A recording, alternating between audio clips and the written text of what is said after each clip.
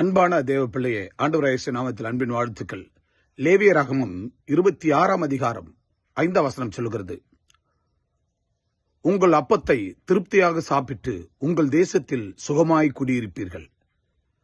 உங்கள் அப்பத்தை திருப்தியாக சாப்பிட வேண்டும். தேவன் உங்களுக்கு கொடுத்த அப்பத்தை, தண்ணீரை நீங்கள் திருப்தியாக சாப்பிட வேண்டும். உங்கள் தேசத்தில் அப்படிப்பட்ட நீங்கள் தான் உங்கள் தேசத்துல சுகமாய் குடியிருக்க பண்ண முடியும்.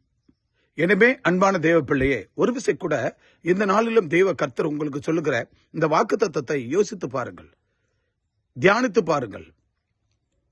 உங்களுக்கு கொடுக்கப்பட்ட அப்பம் அப்படி என்றால் உங்களுக்கு கொடுக்கப்பட்ட வாழ்க்கை, நீங்கள் எதிர்பார்த்த வாழ்க்கை உங்களுக்கு கிடைத்திருக்காது. நீங்கள் தேடி தேடி பார்த்திருந்தாலும் அந்த வாழ்க்கை உங்களுக்கு கிடைத்திருக்காது.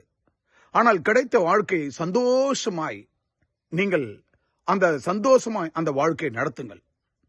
அதே போல படிப்பு, நீங்கள் எதிர்பார்த்த படிப்பு கிடைத்திருக்காது. நீங்கள் எதிர்பார்த்த வேலை கிடைத்திருக்காது. நீர் எதிர்பார்த்த கல்லூரி பள்ளி கிடைத்திருக்காது. நீங்கள் எதிர்பார்த்த வாழ்க்கை கிடைத்திருக்காது. நீங்கள் எதிர்பார்த்த ஆசீர்வாதங்கள் கிடைத்திருக்காது. நீங்கள் எதிர்பார்த்த நண்பர்கள் கிடைத்திருக்க மாட்டார்கள். எனவே ஆண்டவர் சொல்லுகிறார், உங்கள் தேசத்தில் நீங்கள் நன்றாக குடியிருக்க வேண்டும். நீங்கள் உங்கள் தேசத்தில் சுகமாய் குடியிருப்பீர்கள் என்று சொல்லுகிறார்.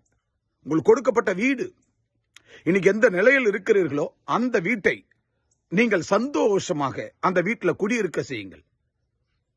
கிடைத்த கணவன், மனைவி, பிள்ளைகள், பெற்றோர்கள் என உறவுகள் என சந்தோஷமாய் நீங்கள் இருக்க பழகுங்கள். சந்தோஷமா வாழ பழகுங்கள். இதைத்தான் ஆண்டவராகிய தேவன் நமக்கு கத்துக் கொடுத்திருக்கிறார். எனவே ஒரு விசை கூட உங்கள் தேசத்தில் நீங்கள் சந்தோஷமா குடியிருக்க பண்ணியிருக்கிறார். நீங்கள் சந்தோஷமாயிருங்கள். உங்கள் வீட்டில் நீங்கள் மகிழ்ச்சியா இருங்கள். கிடைத்ததை நீங்கள் சந்தோஷமாய் ஏற்றுக்கொண்டு வாழுங்கள்.